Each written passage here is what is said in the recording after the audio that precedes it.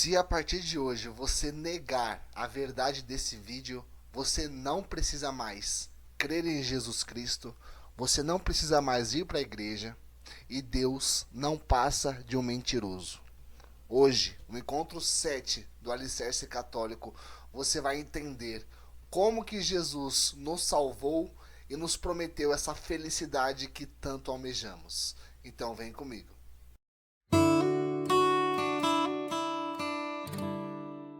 Em nome do Pai, do Filho e do Espírito Santo. Amém. Pai nosso que estais no céu, santificado seja o vosso nome. Venha a nós o vosso reino, seja feita a vossa vontade, assim na terra como no céu. O pão nosso de cada dia nos dai hoje e perdoai as nossas ofensas, assim como nós perdoamos a quem nos tem ofendido. E não nos deixeis cair em tentação, mas livrai-nos do mal. Amém. A vossa proteção recorremos, Santa Mãe de Deus. Não desprezei as nossas súplicas em nossas necessidades, mas livrai-nos sempre de todos os perigos. Ó Virgem gloriosa e bendita. Amém. Nossa Senhora de Fátima, rogai por nós. São José, rogai por nós. Em nome do Pai, do Filho e do Espírito Santo. Amém. Bom dia, boa tarde, boa noite. Eu não sei em que hora que você está assistindo esse vídeo, mas seja muito bem-vindo ao encontro 7 do Alicerce Católico. Eu sou Giovanni Romão, sou catequista há 17 anos, sou teólogo e você está no curso de catequese, no curso de teologia mais completo do YouTube. Desde já eu peço para que você se inscreva no canal, que você compartilhe para o maior número de pessoas, porque no encontro de hoje nós iremos entender uma das principais verdades da religião e do cristianismo. Se hoje você negar o conteúdo desse vídeo, eu quero trazer uma libertação para você. Se tudo aquilo que for dito aqui você não crer, você não precisa de Jesus. Deus não passa de um mentiroso e tudo aquilo que você faz na igreja não tem relevância nenhuma. Porque aquele que atenta contra o pecado original e contra as suas consequências, atenta contra a salvação que Jesus Cristo nos prometeu. Então, desde já, eu peço para que você preste muita atenção no conteúdo. Eu vou ser muito sucinto, muito breve, e eu vou responder 3 perguntas fundamentais para te dar a clareza desse conteúdo. Eu costumo fazer aqui no canal, sempre no início, uma leitura da palavra de Deus, com alguma passagem bíblica, mas hoje a gente vai fazer de uma maneira bem diferente. Hoje a gente vai meditar no parágrafo 1 do Catecismo da Igreja Católica, que ele vai falar diretamente dessa verdade. A verdade que Deus quer para cada um de nós, que nós sejamos felizes. Eu já te faço uma pergunta. Você tem sede de felicidade? Onde você tem colocado o seu coração? Nas pessoas? Nos bens? Onde que você se sente perdido na vida? Onde falta significado para você? É isso que o parágrafo 1 do Catecismo vai responder. Ele diz o seguinte, dá uma olhada. Deus infinitamente perfeito e bem-aventurado em si mesmo, em um desígnio de pura bondade, criou livremente o homem para fazê-lo participar da sua vida bem-aventurada. Eis porque chama, o procura e o ajuda para conhecer e amar. Olha que bonito que o catecismo está colocando aqui. Ele está colocando que Deus cria por livre e espontânea vontade cada um de nós, para que nós sejamos felizes. Essa palavra bem-aventurança significa felicidade. Então, se você busca sentido fora da pessoa divina, você está se iludindo.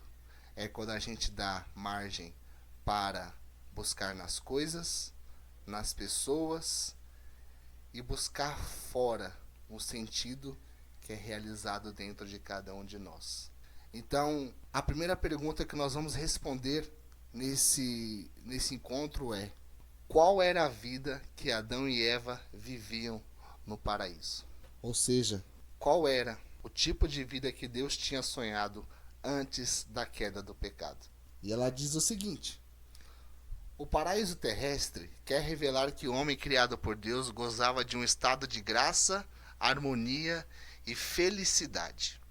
O jardim é descrito com as características de beleza e de ordem, onde não existe o mal, e no centro há duas árvores, a da vida e a do conhecimento do bem e do mal.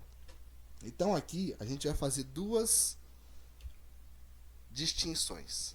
A primeira: Deus cria o homem para viver uma comunhão com Ele. Essa comunhão com Deus se chama santidade. E essa harmonia se chama justiça. Quando nós falamos de santidade, nós estamos falando do mais elevado grau que o ser humano pode viver. Você já conviveu com pessoas que eram próximas de Deus a ponto de exalarem uma virtude ou uma graça que era fora do normal? Digita aqui nos comentários se você já conviveu com gente assim. Talvez seja algum parente seu, talvez seja algum padre, alguma freira, mas tenta puxar na sua memória aí. Essa pessoa não exalava uma essência de vida e de realização diferente das outras? Isso é santidade. Agora, justiça, essa harmonia, significa que o ser humano é um ser equilibrado. Então, quando nós falamos que Adão e Eva viviam em plena comunhão com Deus, de santidade e de justiça, nós estamos falando que eles eram seres que exalavam uma justiça original. Essa justiça original significa ser completamente ausente de morte, de sofrimento, de dor e de fragilidade. Olha o que o Catecismo da Igreja está dizendo aqui no parágrafo 375. Acompanhe a leitura comigo. Interpretando de maneira autêntica o simbolismo da linguagem bíblica, à luz do Novo Testamento e da tradição, a Igreja ensina que nossos primeiros pais foram constituídos em um estado de santidade e de justiça original. Essa graça de santidade era uma participação na vida divina. Ou seja, o ser humano ele não conhecia a morte. Nós éramos seres imortais. É isso que a teologia coloca. Ou seja, todo tipo de sofrimento que nós enfrentamos ao longo da vida, os nossos primeiros pais não experimentaram antes da queda. E além de não experimentar a morte, eles eram seres completamente equilibrados. Você se considera uma pessoa equilibrada? Me diz aí. Porque o que é o equilíbrio para a teologia da igreja? O equilíbrio é quando o homem está em perfeita harmonia consigo mesmo, ou seja, ele não sofre de ansiedade, ele não sofre de problemas psicológicos, ele não sofre com pensamentos intrusivos que roubam a sua paz, ele não vive completamente medicado. Você é uma pessoa que usa muito remédio? Pois é, Adão e Eva não usavam remédios. Ou seja, o ser humano, nesse estado de justiça original, ele tinha perfeita domínio de si mesmo. Ele se autoconhecia. Por quê? Porque ele respirava Deus, ele estava próximo de Deus. E além disso, ele não estava em harmonia só consigo, ele estava em harmonia com tudo aquilo que o rodeava. Ele estava em harmonia com os relacionamentos que ele tinha. Por exemplo, quando Adão solicita para Deus uma pessoa para ser a sua companheira, e Eva, simbolicamente retirada da sua costela, ele diz, lá em Gênesis capítulo 2, agora sim, ossos dos meus ossos, carne da minha carne. Ele viu em Eva uma pessoa perfeita para conseguir construir uma vida. E quando ele se relaciona com Eva, ele respeita Eva por aquilo que ela é. com suas diferenças, com a sua oposição, mas ele viu nela um relacionamento que era saudável. É outra pergunta que eu te faço. Os seus relacionamentos são saudáveis com as pessoas? Com seu pai, com a sua mãe, com seus amigos, no seu trabalho? Quando a figura bíblica de Adão e Eva coloca essa justiça original como um estado de perfeita harmonia, essa justiça fazia com que tudo aquilo em que os dois conviviam não haviam conflitos. A teologia da igreja chama esses detalhes de dons preternaturais. Dois deles eu acabei de explicar para você. É o dom da imortalidade e também o dom da impassibilidade. O que seria esse dom da impassibilidade? O homem não conhecia a dor, ou seja, ele não padecia por aquilo que nos tange na realidade de hoje. Esse é o segundo ponto. O terceiro ponto é o ponto da integridade. Ou seja, nós seríamos livres da concupiscência da carne e antes da queda, os nossos sentidos estavam submetidos à razão e à fé. Talvez esse ponto de integridade seja o mais fundamental aqui.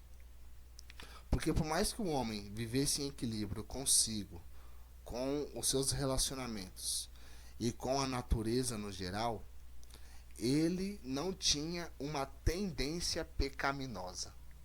São Paulo ele coloca que essa tendência pecaminosa se chama concupiscência. O que é? É quando eu tenho uma luta constante e interna de combater aquilo que me puxa para fazer coisas ruins. Ele fala, eu tenho um espinho na carne. Eu quero fazer o bem, mas o mal me atrai. Esse tipo de concupiscência os nossos primeiros pais não tinham. E só para ficar claro, Adão e Eva eram imaculados. Ou seja, eles foram criados originalmente puros e perfeitos para fazer o bem, no estado de ordem e de beleza. E todas as suas decisões estavam pautadas na fé que o Criador tinha colocado neles, porque eles respiravam santidade, mas ao mesmo tempo eles também tomavam boas decisões. Tanto é que a presença da árvore da vida simboliza exatamente esses dons preternaturais que os nossos primeiros pais tinham. Eles estavam em plena comunhão com aquilo que dava a vida para eles. E também a ciência moral. O que é a ciência moral? É a razão infusa que os tornava aptos para assumir as responsabilidades diante de Deus.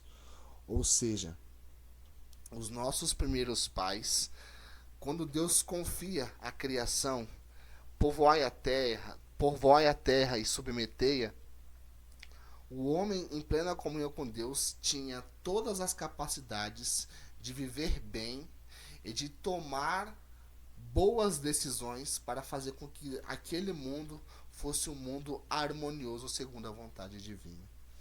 Aí a pergunta que você me faz, Giovanni, por que Deus então coloca a árvore do conhecimento do bem e do mal? Por uma única razão. Deus precisa respeitar a nossa liberdade.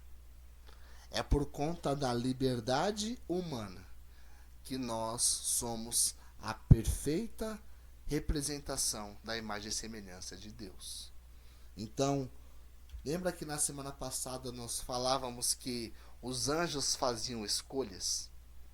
Pois bem, se os anjos escolheram seguir a Deus através da prova e outros escolheram ficar distante dele, a mesma coisa acontece conosco. Então, a representação da árvore do conhecimento do bem e do mal, no qual Deus avisa, não comerás, senão morrerás, ele está falando que debaixo da presença divina nós temos limites. E aquela árvore de conhecimento do bem e do mal era o limite no qual Deus tinha colocado para nós. E Satanás fez a mesma coisa conosco. Ele usa desse limite que Deus tinha passado para o homem para que nós fôssemos tentados. Então olha o que aqui diz o Gênesis capítulo 2, versículo 17. Vou ampliar para vocês. A árvore do conhecimento do bem e do mal simboliza que o homem deveria se submeter à vontade do Criador, mesmo sem compreender todos os pormenores conhecidos só por Deus. A árvore da vida simboliza o dom da imortalidade, que é o dom de Deus. Deus permite a possibilidade do mal para respeitar a liberdade humana.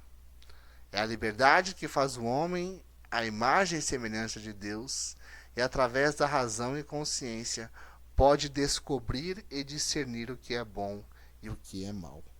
Então, respondendo à primeira pergunta, o Éden, ele era um lugar de perfeita comunhão com Deus, onde nós éramos seres completamente equilibrados. E a partir disso, Deus coloca um limite simbolizado pela árvore do conhecimento do bem e do mal. É a partir daí que entra a desobediência do homem. Então, depois que Deus estabelece esse limite, Satanás, em forma de serpente, vem atentar à humanidade. Olha o que o Catecismo da Igreja diz no parágrafo 407. Acompanha comigo a leitura. A doutrina sobre o pecado original, ligada à doutrina da redenção por meio de Cristo, propicia um olhar de discernimento lúcido sobre a situação do homem e de sua ação no mundo. Pelo pecado dos primeiros pais, o diabo adquiriu certa dominância sobre o homem, embora este, o último, permaneça livre. O pecado original acarreta a servidão debaixo do poder daquele que tinha o império da morte, isto é, o diabo. Então, a representação da serpente, que na antiguidade representava um ser maléfico, ou seja, ele era uma figura de homens que eram maus e desordenados.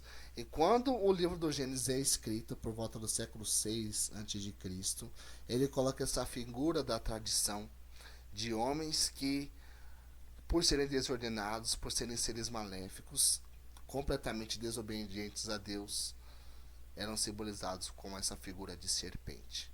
Não acreditem nessa história de que Eva comeu uma maçã e que ela conversou com uma cobra. Isso é uma simbologia bíblica. Na verdade, a tentação, ela acontece como? Da mesma forma que eu e você. A tentação, ela ocorre através da nossa capacidade de escolher o bem e o mal. Foi assim que Eva optou por pecar e Adão o consentiu. Então, essa figura de linguagem que muitas vezes nós somos acusados de acreditar na literalidade é mentira. Não acreditem nisso.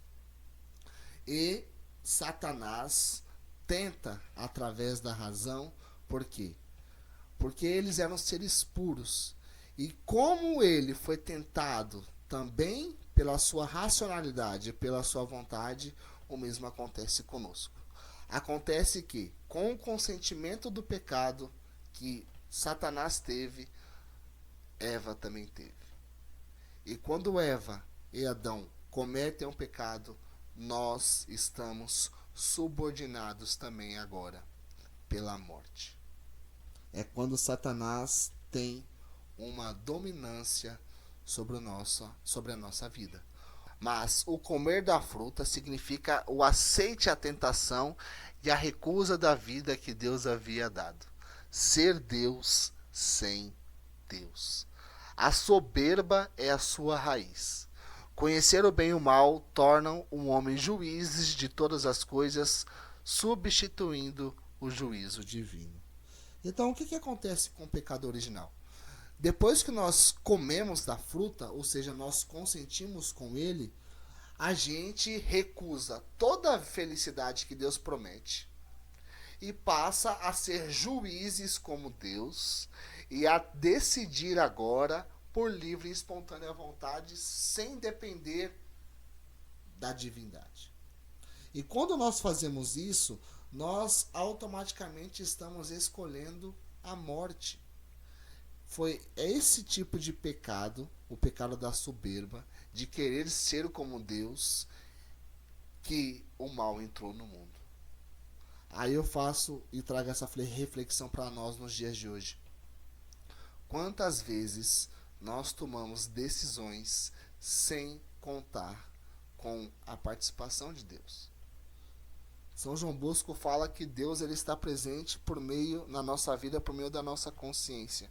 Quantas vezes eu e você sabemos que a nossa consciência acusa de uma decisão errada e mesmo assim nós fazemos?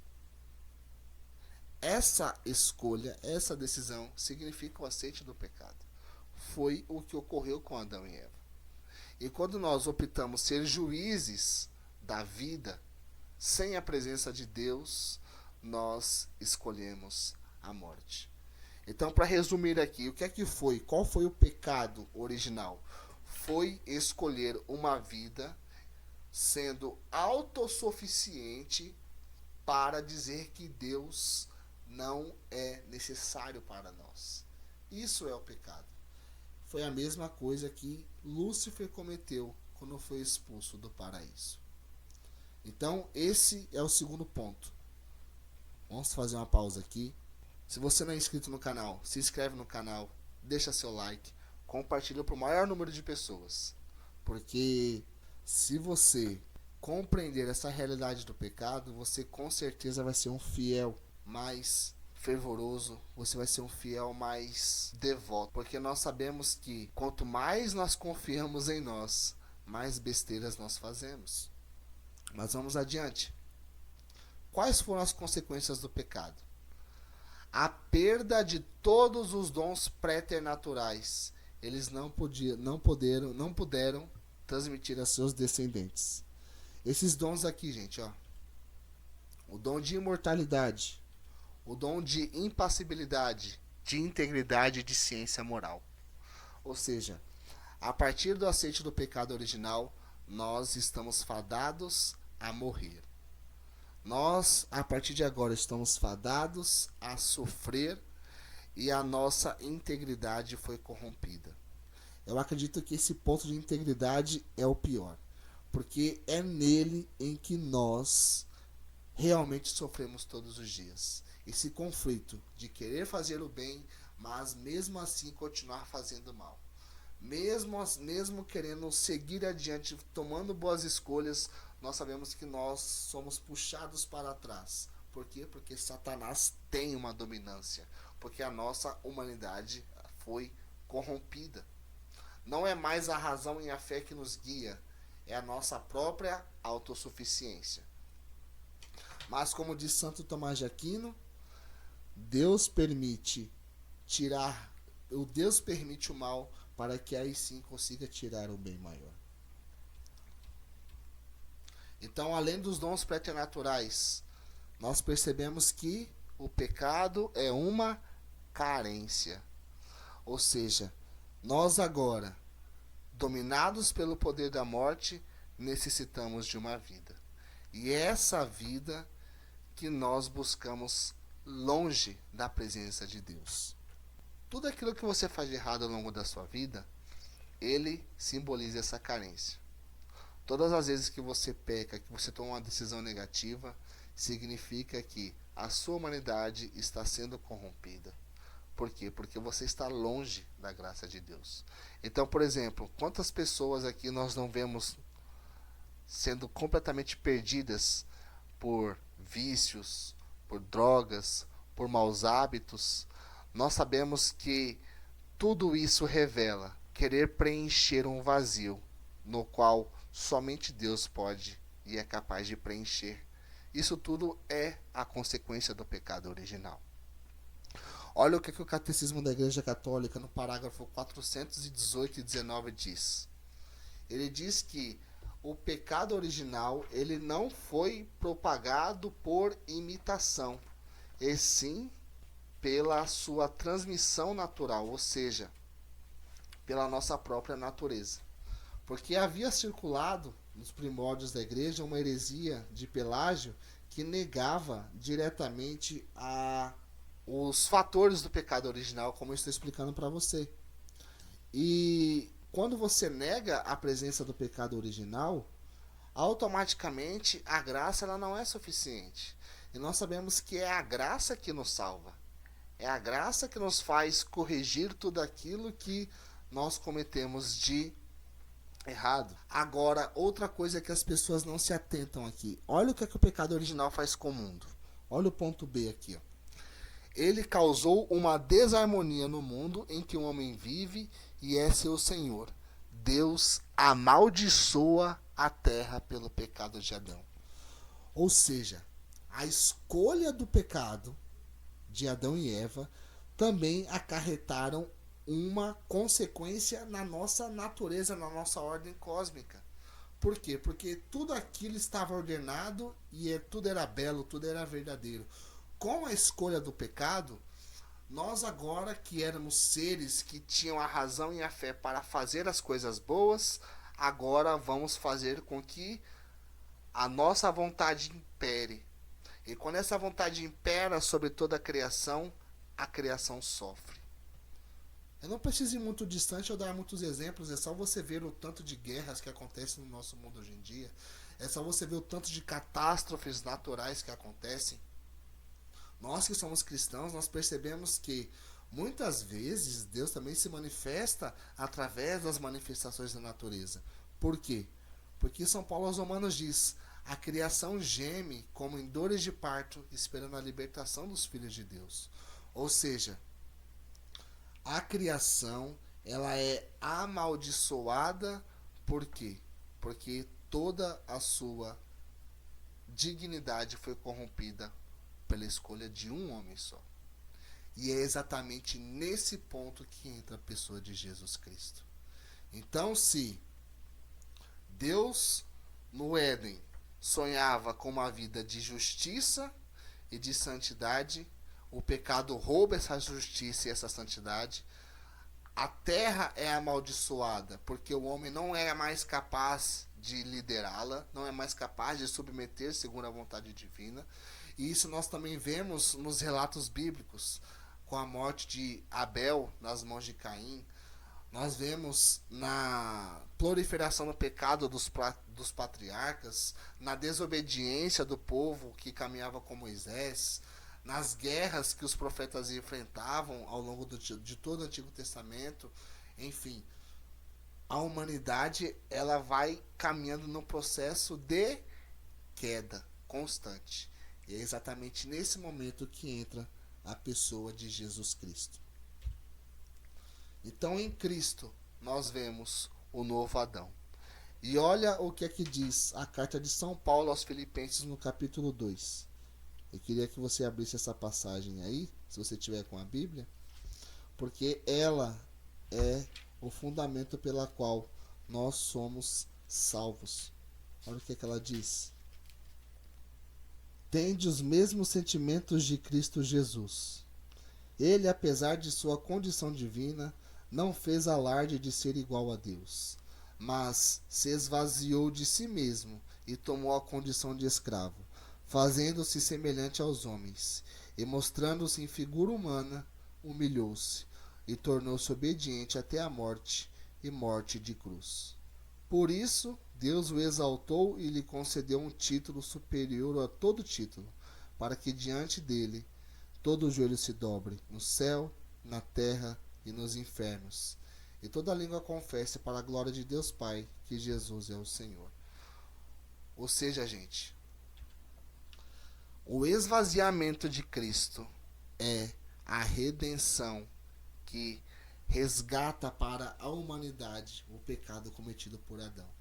Por quê? Porque esse esvaziamento ele vai de encontro direto com o engrandecimento de Adão e de Eva.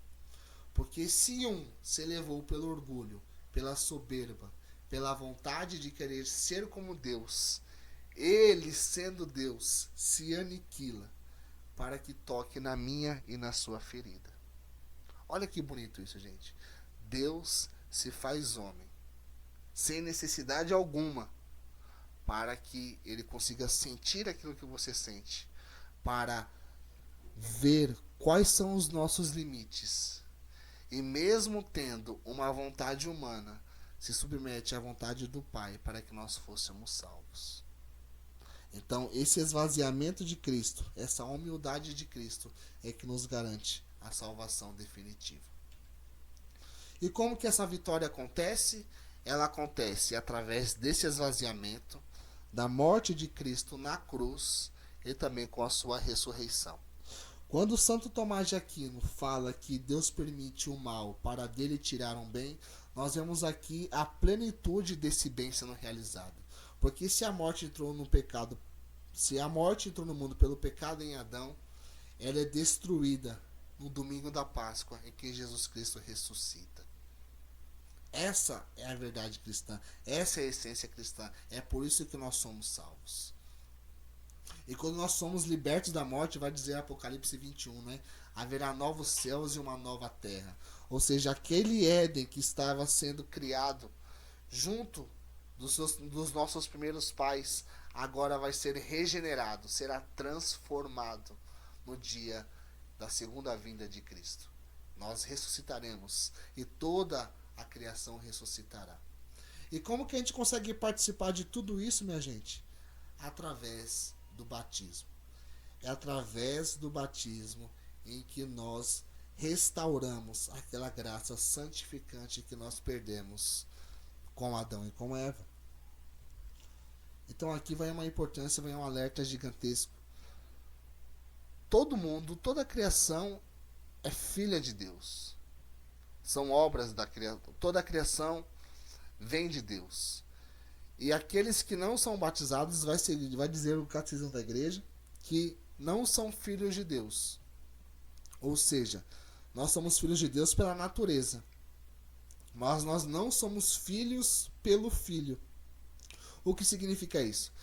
Quando a gente é batizado, nós estamos aderindo à salvação perfeita de Cristo.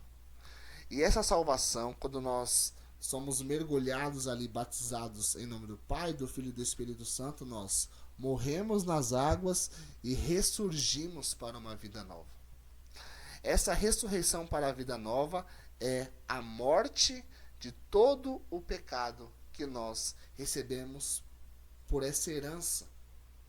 Então, o pecado original, ele é completamente apagado pelo batismo. E quanto antes você fizer ele nos seus filhos, nos seus sobrinhos, nas pessoas que estão próximas a você, é o sinal da perfeita dignidade que você vai estar dando para essa criança, para esse jovem, ou até mesmo para esse adulto. Porque você insere ele no corpo de Cristo. Você insere ele na vida de Jesus. Você insere ele na plenitude da graça. Claro que a concupiscência ela vai continuar ali. Nós vamos sempre ter essa tendência a fazer a cometer o pecado. Mas a graça do batismo sana tudo aquilo que nós fazemos de errado para que nós sejamos salvos. E ser salvo significa o quê? Voltar àquela herança lá de trás que os nossos primeiros pais perderam. Então, essa vitória acontece na morte e na ressurreição de Cristo, através do seu esvaziamento. E para fechar esse encontro, quantas vezes eu fiz mau uso da minha liberdade, podendo ajudar e não ajudei? Ou lutando contra o pecado e acabei cedendo? Ou seja, essa concupiscência ela vai continuar existindo em nós, mas nós precisamos lutar com ela mesmo sendo regenerados em Cristo. Quantas vezes você fez mal uso da sua liberdade, podendo ajudar e lutando contra o pecado e acabou cedendo? Faça essa reflexão. E em segundo ponto, quantas vezes eu me escondi de Deus igual Adão e Eva? E por quê? Nós sabemos que quando Eva e Adão, se eles comem do fruto, automaticamente eles procuram um lugar para se esconder ali, porque viram que eu tinha feito alguma coisa de errado. Quantas vezes nós nos escondemos de Deus por aquilo que nós fazemos? Então, hoje é dia de você voltar para Deus. Hoje é dia de você meditar e falar: Senhor, eu quero viver com o Senhor para sempre, do seu lado. E eu quero lutar contra tudo aquilo que me afasta de ti. Esse foi o encontro 7 do Alicerce Católico. Eu espero você na semana que vem. Se inscreve aqui no canal, deixa o seu like e eu te espero na próxima terça-feira. Em nome do Pai, do Filho, do Espírito Santo.